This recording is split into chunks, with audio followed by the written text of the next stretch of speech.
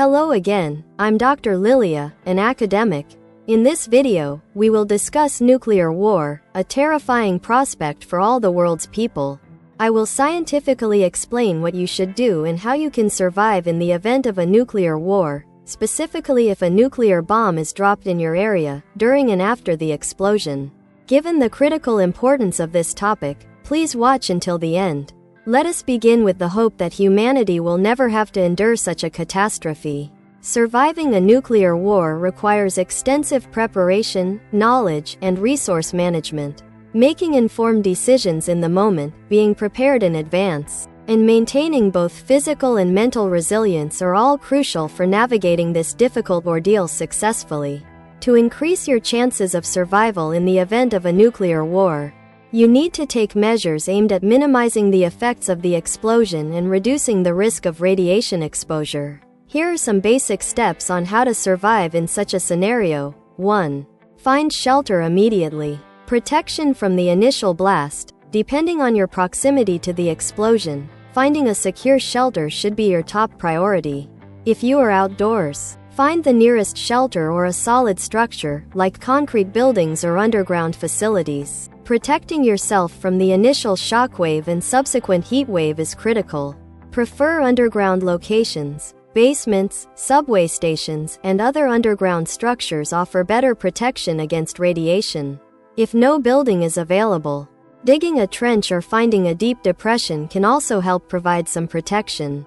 2. Lie down to avoid shockwaves. The shockwave following the explosion poses a significant danger. At the moment of detonation, lie flat on the ground, protecting your head and body. If the explosion is visible, turn your face away and close your eyes. 3. Radiation protection. First 48 hours are critical. Radiation levels are highest in the first few days following a nuclear blast. Try to stay inside the shelter for at least 48 hours. Fortify your shelter, close windows, and seal them as tightly as possible with cloth or tape. This will reduce the amount of radiation and radioactive particles entering the shelter. Stay indoors. Avoid going outside during the initial days. If you must leave, wear full-body protective clothing and use a face mask to protect your respiratory system. 4. Post-radiation survival. Decontamination. If you've been outside, it's crucial to remove any radioactive particles. Remove your outer clothing and store it outside your shelter. Wash your body with soap and water as thoroughly as possible. Food and water. Only consume packaged or sealed food and water. Open sources of food and water may be contaminated with radioactive materials. If possible, store your food and water in a secure area away from fallout exposure. 5. Stay informed. Communication and information. Try to stay updated on official guidance via radio, cell phone, or the internet if still functioning. Authorities may provide information on when radiation levels are safe enough to venture outside. 6. Long-term planning. Venturing outside. After the first 48 hours, radiation levels will begin to decrease, but you should confirm that they are safe before leaving your shelter. Managing food and water supplies. Plan how to ration food and purify water for long-term survival. Durable food supplies and water purification methods will be crucial at this stage. 7. Precautions against radiation poisoning. Potassium iodide tablets. Key: these tablets can prevent the thyroid gland from absorbing radioactive iodine. However, they should only be taken when necessary and in the correct dosage. Monitor for radiation symptoms. Nausea, dizziness, and skin redness are possible signs of radiation sickness. Seek medical assistance as soon as possible if these symptoms appear. Surviving a nuclear war depends largely on preparation, protection, and taking informed actions. Remaining calm and following the correct procedures is key to increasing your chances of survival. 8. Understanding the risks of fallout.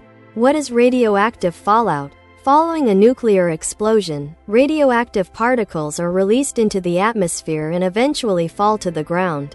This fallout can emit lethal levels of radiation, making it extremely hazardous. Radiation levels will decrease over time, but they are at their highest in the first few days. Fallout travels with wind. Even if you are far from the explosion site, Fallout can be carried hundreds of kilometers by wind.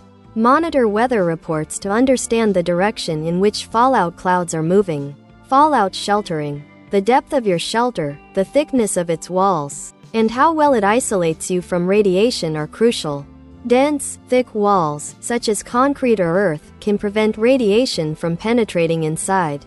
9. First aid and basic medical knowledge. Symptoms of radiation poisoning. Those exposed to radiation may experience symptoms like nausea, vomiting, diarrhea, headaches, and fever.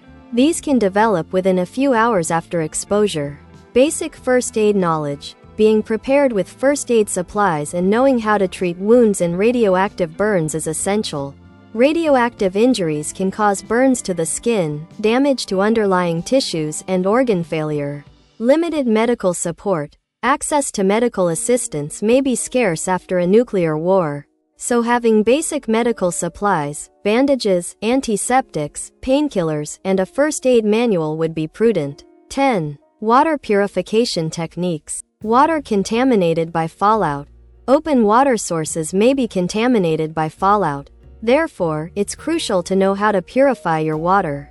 Boiling. Boiling water can kill bacteria and viruses but will not remove radioactive materials. Thus, it's necessary to use additional methods like filtration or distillation. Filtration.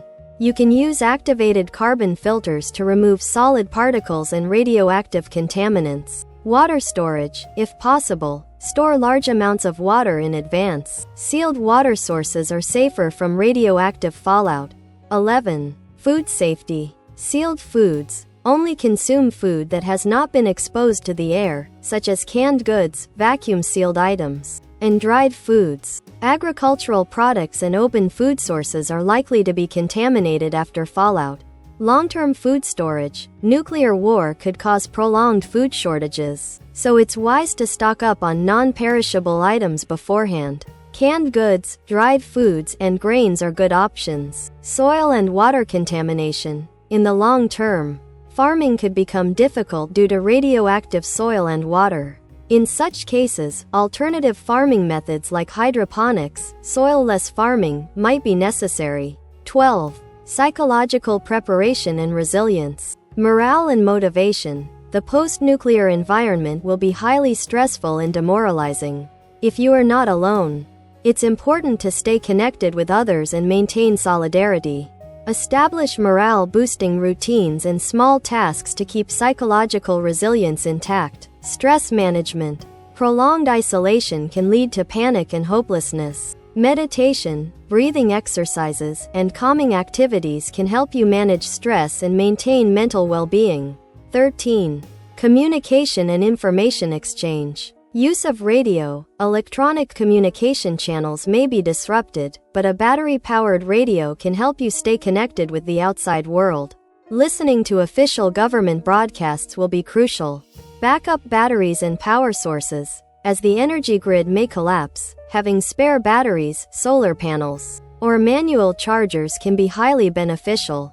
14. Social and community dynamics. Surviving in groups. If you are with a group of people, your chances of survival increase. However, in such a situation, leadership, task delegation, and resource management become vital. Cooperation and solidarity within the group will make long-term survival easier. Managing threats. In the post-war period, food, water, and other resources may be scarce, which can lead to conflicts and crime. Therefore, you may need to take physical measures to secure your shelter. 15. Rebuilding in the long term. Environmental cleanup. Once radiation levels have decreased and fallout has settled, you'll need to be prepared to venture outside and begin rebuilding your environment. Constantly monitor local and global radiation levels to ensure safety. Starting anew. After surviving, it will be essential to focus on restarting agriculture, building shelters, and securing clean water supplies. The effects of a nuclear war could last for decades, so long-term planning is critical.